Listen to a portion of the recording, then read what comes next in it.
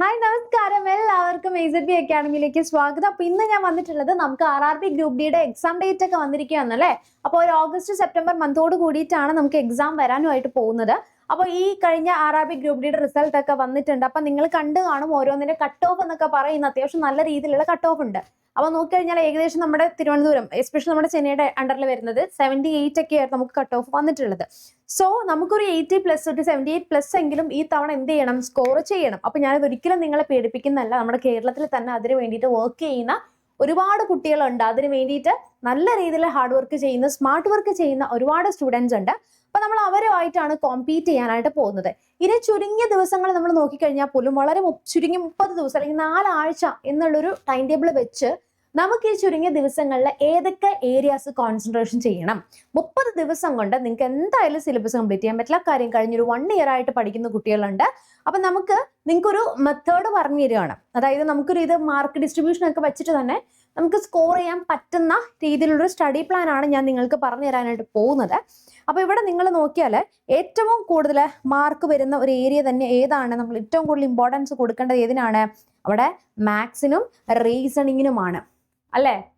അപ്പൊ ഇവിടെ നമുക്ക് ഒരു 55 മാർക്കാണ് ഇതിന് വരുന്നത് അല്ലെ. ദെൻ അതിനുശേഷം വളരെ ഇമ്പോർട്ടൻ്റ് ആയിട്ട് വരുന്ന ഏരിയ ആണ് നമ്മുടെ ജനറൽ സയൻസ് എന്ന് പറയുന്നത് അല്ലേ. അപ്പോൾ ഒരു 80 മാർക്ക് നമുക്ക് ഇവിടെ തന്നെ വരുന്നുണ്ട് അല്ല. ഒരു 80 മാർക്കിന്റെ ഏരിയ ആണ് നമുക്ക് ഇവിടെ വരുന്നത്. അപ്പൊ ഇതിൽ തന്നെ നമുക്ക് ഫിസിക്സ്, കെമിസ്ട്രി, ബയോളജി ഇങ്ങനെ 3 ഡിവിഷൻസ് ആണ് പോകുന്നത്. ഇത് നിങ്ങൾ പഠിക്കുന്ന GK മുഴുവനും കൂട്ടിയിട്ട്, കറണ്ട് അഫയേഴ്സ് മുഴുവനും കൂടിയിട്ട് ആകെ 20 മാർക്ക് മാത്രമാണ് നമുക്ക് ഇവിടെ പോകുന്നത്. നമ്മുടെ ചാനലിൽ വൈകിട്ടാകുമ്പോഴത്തേക്കും ഈ മാത്സിനും റീസണിങ്ങിനും ജനറൽ അവയർനെസ്സിനും ജനറൽ സയൻസിനും കൂടിയിട്ടുള്ള ലൈവ് ക്ലാസ്സസ് നമ്മൾ റെഗുലറായിട്ട് പ്രൊവൈഡ് ചെയ്യുന്നുണ്ട്.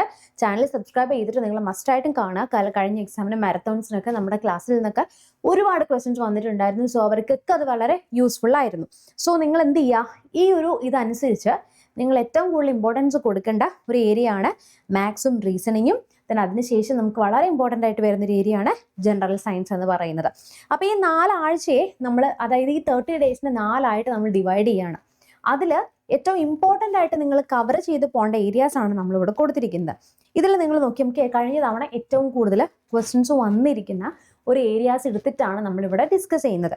അപ്പോൾ മാത്സിൽ മസ്റ്റായിട്ട് നിങ്ങൾ നോക്കേണ്ടത് number system, LCM, HCF, percentage, ratio, proportion, simple interest, profit and loss. ഇത് വളരെ ഇമ്പോർട്ടൻ്റ് ആണ്.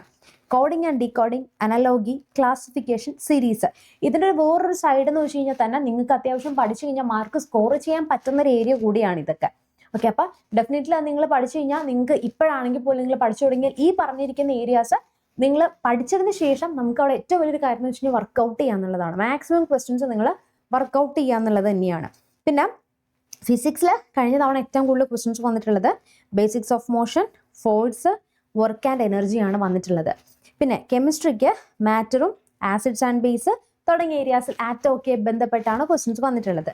ബയോളജിയിൽ ഏറ്റവും കൂടുതൽ questions cells, tissues, human bodies, vitamins ഒക്കെ വളരെ ഇമ്പോർട്ടൻ്റ് ആണ്. ഓക്കെ, പിന്നെ ജനറൽ സയൻസും എസ്പെഷ്യലി നിങ്ങൾ സ്റ്റാറ്റിക് GK ഒക്കെ ഒരു ലാസ്റ്റ് 6 മന്തിലെ മാത്രം കൂടുതലായിട്ട് ഫോക്കസ് ചെയ്ത് എന്ത് ചെയ്യുക, നിങ്ങൾ പഠിക്കാനായിട്ട് ശ്രമിക്കുക. ഇനി മാത്സ് സെക്കൻഡ് വീക്കിലേക്ക് വരുമ്പോൾ തന്നെ നമുക്കിനി ആദ്യം നമ്മൾ ഡിസ്കസ് ചെയ്തിട്ടുണ്ടായിരുന്നത് കുറച്ച് സിമ്പിളായിട്ടുള്ള, അതായത് ഫസ്റ്റ് വീക്കിൽ നമ്മൾ ബേസിക്സ് ആണ് നോക്കിയത്.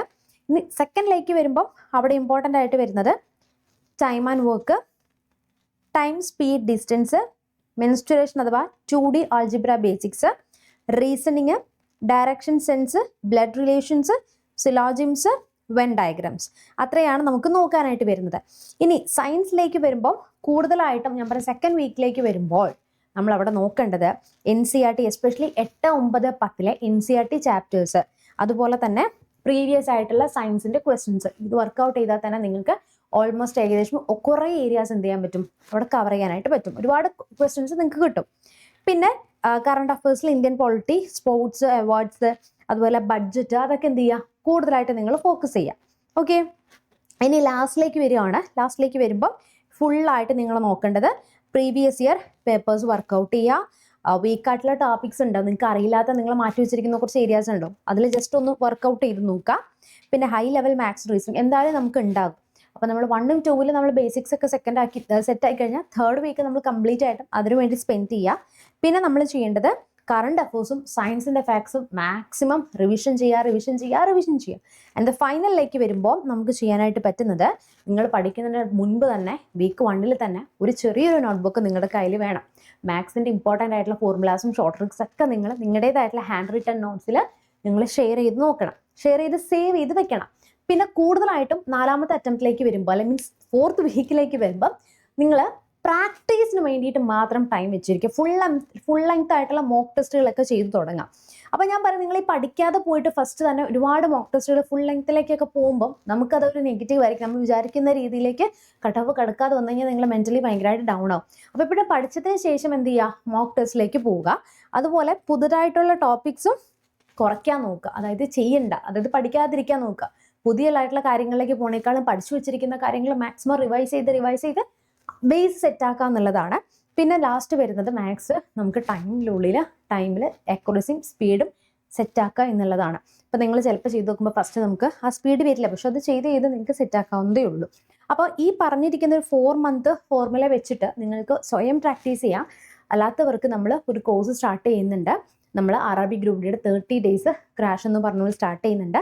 അതിൽ നമ്മൾ ഡെയിലി PYQ നിങ്ങൾക്ക് വർക്കൗട്ട് ചെയ്യാനേക്കാളും ലൈവിൽ ബേസിക് ഇമ്പോർട്ടൻ്റ് ആയിട്ടുള്ള സ്റ്റാൻഡേർഡ് ലെവൽ ക്വസ്റ്റ്യൻസ് ലൈവായിട്ട് ഡിസ്കസ് ചെയ്യുന്നുണ്ടാവും. 30 daysലേക്കുള്ള ഇമ്പോർട്ടൻ്റ് ആയിട്ടുള്ള കുറച്ച് ഏരിയാസ് നമുക്കെല്ലാം കവർ ചെയ്യാൻ പറ്റില്ല.